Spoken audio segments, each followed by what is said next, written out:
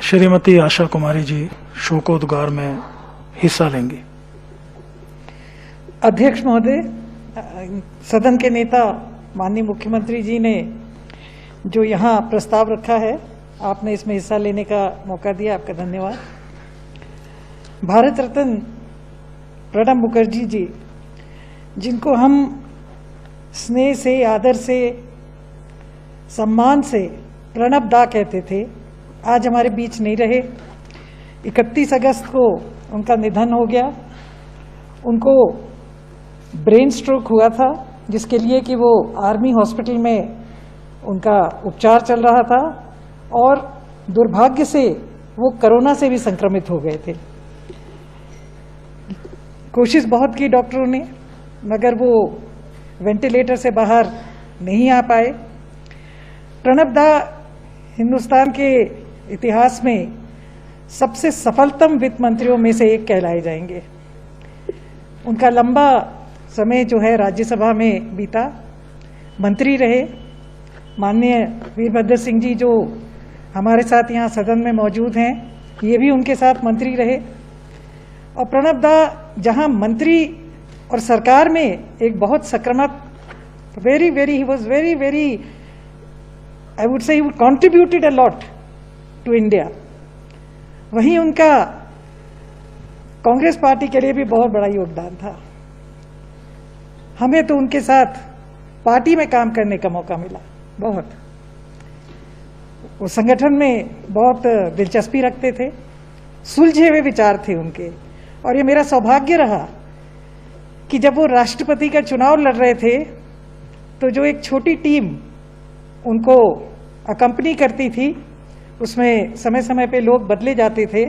तो जब वो झारखंड, बिहार, चंडीगढ़, पंजाब, हिमाचल, अपने जो उनका इलेक्टोरल कॉलेज था जिसमें हमारे सब विधायक थे, मैं उस वक्त विधायक नहीं थी, उस टीम में मुझे शामिल होने का मौका मिला।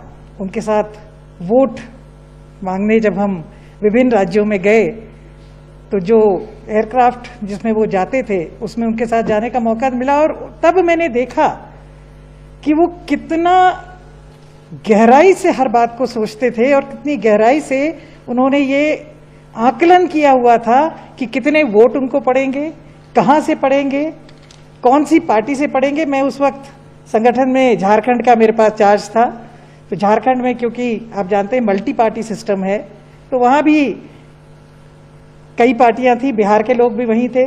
तो एक डिटेल में प्रणब दा जाते थे। और वैसे ही काम उनका बतौर वित्त मंत्री था, एक डिटेल में जाते थे। मैं समझती हूँ कि ऐसे व्यक्ति जो कि वेस्ट बंगाल के एक छोटे से गांव से उठ करके भारत के राष्ट्रपति बने, भारत रत्न उनको दिया गया, बहुत कम होंगे। और मैं अपनी ओर से उनको श्रद्धांजलि अर्पित करना चाहूँगी।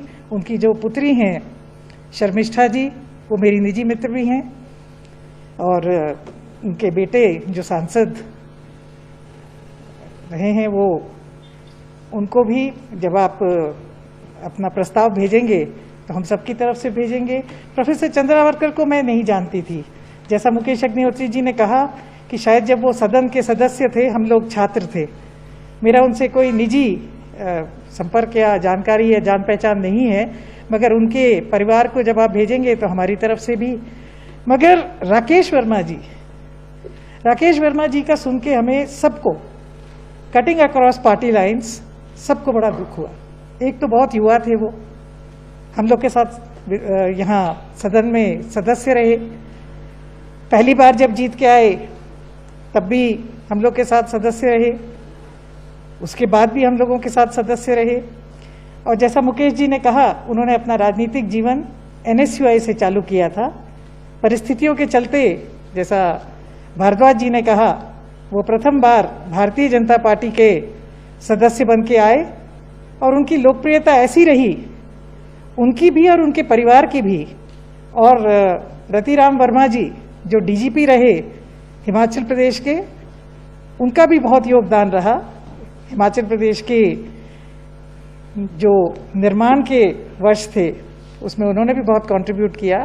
मगर राकेश वर्मा जी का अध्यक्ष महोदय मुझे बहुत ज्यादा आश्चर्य इसलिए हुआ क्योंकि उससे 3-4 दिन पहले मेरी उनसे टेलीफोन पे कुछ राजनीतिक बातों को लेकर चर्चा हुई थी और अगले हफ्ते उनसे मिलने का टाइम फिक्स किया था कि हाँ हम आएंगे, शिमला आएंगे। आप जब मीटिंग कॉल करते हैं उसके लिए हम जब शिमला आएंगे तो जरूर मिलेंगे।